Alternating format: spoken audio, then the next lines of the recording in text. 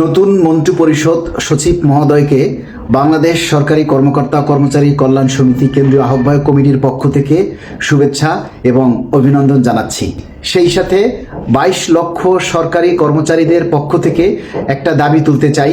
মাননীয় সচিব মহোদয়, অন্তর্বর্তীকালীন সরকার কর্তৃক গঠিত সুপারিশ প্রণয়ন যে কমিটি গঠিত হয়েছে, আপনারা বিনীতভাবে সরকারি 22 লাখ পরিবারের অভাব অনটনের কথা চিন্তা করে অতি দ্রুত সময়ের মধ্যে আপনারা সুপারিশ প্রণয়নের যে চূড়ান্ত রিপোর্ট সরকারের কাছে জমা দিয়ে সরকারের কাছে রিপোর্ট দাখিল করে নবম পে স্কেল বাস্তবায়নের জন্য কার্যকরী ভূমিকা রাখবেন, সেই প্রত্যাশা আমরা আপনাদের কাছে করছি।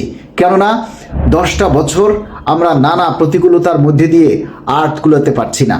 দ্রব্যমূল্যের ঊর্ধ্বগতির বাজারের সাথে তাল মিলিয়ে আমরা কর্মচারীরা সত্যি আর চলতে পারতেছি না। এই আসন্ন ঈদুল ফিতরের আগেই আমরা যাতে এই পে স্কেলের গেজেট পেতে পারি, সেই লক্ষ্যে আপনাদেরকে সবিনয়ে গেজেট প্রকাশের জন্য আমরা সবিনয়ে অনুরোধ করছি। 22 লাখ সরকারি